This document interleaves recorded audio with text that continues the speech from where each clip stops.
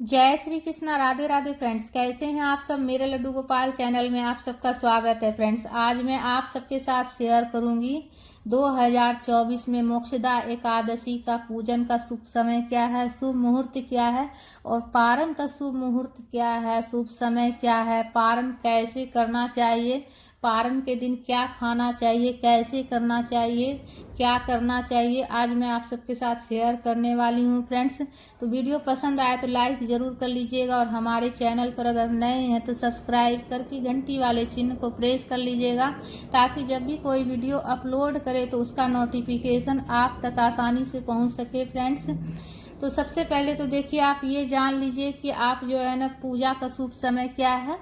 और देखिए, 11 दिसंबर को व्रत आपको करना है। 2024 में 11 दिसंबर को आपको मोक्षदा एकादशी का व्रत करना है। और 11 दिसंबर को सुबह में मॉर्निंग में सूर्य उदय से पहले 3:42 से एकादशी तिथि प्रारंभ हो जाएगी। सुबह में मॉर्निंग में 3:42 से एकादशी तिथि प्रारंभ हो जाएगी, सूर्य उदय से पहले ही। तो हिंदू धर्म में उदय तिथि का बहुत ज़्यादा महत्व होता है। फ्रेंड्स, बहुत ज़्यादा मान होता है। तो आपको जो है ना पूरे दिन 11 तारीख को पूरे दिन एकादशी रहेगी और इसका समापन जो है ना 12 दिसंबर को होगा। रात्रि में 1:09 पर इसका समापन होगा। 12 दिसंबर को रात्रि में 1:09 तक एकादशी तिथि रहेगी। तो 11 तारीख को पूरे दिन एकादशी तिथि रहेगी। तो आप जितना जल्दी हो सके सुबह में मॉर्निंग में, सुबह में ब्रह्म मुहूर्त में अगर हो सके तो आप अगर पूजा करते हैं तो बहुत ही अच्छा रहेगा। फ्रेंड्स, बहुत ही अच्छा रहेगा। ब्रह्म मुहूर्त में पूजा पाठ जो हम करते हैं तो उसका वो जो है ना बहुत ही ज़्यादा फलदायी होता है। फ्रेंड्स, तो कोशिश कीजिएगा कि सुबह में मॉर्निंग में जितना जल्दी हो सके स्नान आदि कर कर अच्छे से स्वच्छ वस्त्र पहनकर आप पूजा शुरू कर लीजिएगा। ठीक है, 11 तारीख को 11 दिसंबर को 2024 में सुबह में मॉर्निंग में जितना जल्दी हो सके। पूरा दिन एकादशी तिथि रहेगा, लेकिन पूजा पाठ आप जल्दी ही कर लीजिएगा। फ्रेंड्स, एकादशी तिथि के पूरे दिन रहेगा, तो जितना जल्दी पूजा कर लीजिएगा उतना ज़्यादा अच्छा रहेगा। और पारण का शुभ समय क्या है वो भी नोट कर लीजिए आप। तो 12 दिसंबर को रात्रि में 1:09 तक रहेगी। तो आपको जो है ना पारण 12 दिसंबर को करना है। सुबह में शुभ मुहूर्त है 12 दिसंबर को सुबह में 7:05 से लेकर 9:09 तक रहेगी पारण का शुभ समय। ठीक है, नोट कर लीजिए। इसी समय में आपको जो ना पारण करना है। और पारण कैसे करना है तो देखिए, पारण सुबह में पारण वाले दिन 12 दिसंबर को पारण वाले दिन आप सुबह में मॉर्निंग में जल्दी उठकर पूजा पाठ कर लीजिएगा। और पूजा पाठ करने के बाद जो शुभ समय बताए हैं उसी शुभ समय में आपको जो है ना पारण करना है। तो सबसे पहले तो देखिए, आप जो है ना ब्राह्मण के लिए कुछ दान दक्षिणा निकाल लीजिएगा। कुछ अनाज भी आप निकाल दीजिएगा। अनाज में आप श्रद्धा शक्ति के अनुसार जो आप दान करना चाहें आप दान कर लीजिएगा। उसके साथ कुछ फल भी रख लीजिएगा और कुछ दक्षिणा भी दक्षिणा भी रख लीजिएगा अनाज के साथ में, ब्राह्मण को दान करने के लिए। इसलिए कि एकादशी का पूरा फल तभी प्राप्त होता है जब हम ब्राह्मण को दान दक्षिणा देकर प्रणाम करके आशीर्वाद लेते हैं। ठीक है, तो पारण आपको देखिए, सबसे पहले तो जो है ना आप दान दक्षिणा निकाल लीजिएगा ब्राह्मण के लिए। उसके बाद सबसे पहले आपको जो है ना तुलसी पत्ता और थोड़ा सा जल लेकर ही आपको जो है ना पारण करना है। सबसे पहले आपको तुलसी पत्ता और जल ग्रहण करना है।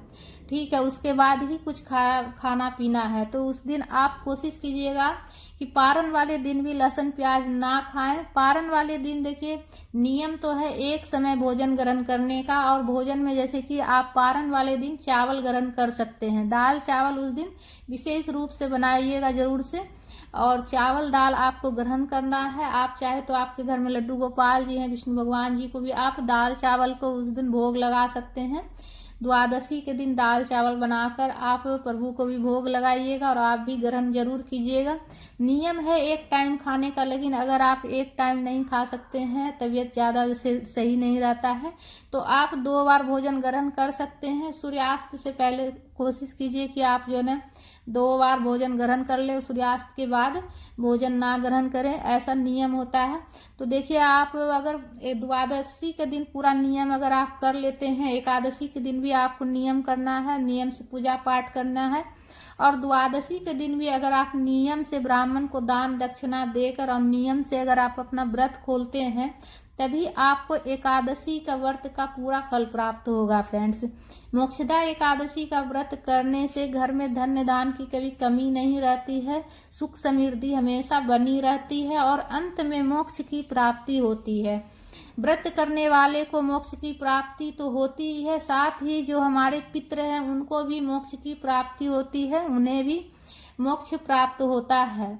मोक्षदा एकादशी का व्रत करने से घर में सुख समृद्धि हमेशा बनी रहती है। तो जो समय आपको पारण समय जो बताए हैं, उसी समय पर आप पारण कर लीजिएगा, लेकिन ब्राह्मण को दान दक्षिणा जरूर से जरूर दीजिएगा। अगर पास में हो तो तुरंत का तुरंत दे दीजिएगा दान दक्षिणा, अगर पास में नहीं हो तो उनके नाम से आप दान दक्षिणा निकाल कर रख दीजिएगा, और 1-2 दिन के अंदर आप जो है ना दान कर दीजिएगा। उनके नाम से आप निकाल कर रख सकते हैं और 1-2 दिन के अंदर आप दान कर दीजिएगा। ज़्यादा दिन तक जो है ना ब्राह्मण के नाम से निकाला हुआ दान दक्षिणा ज़्यादा दिन तक घर में रहना सही नहीं होता है।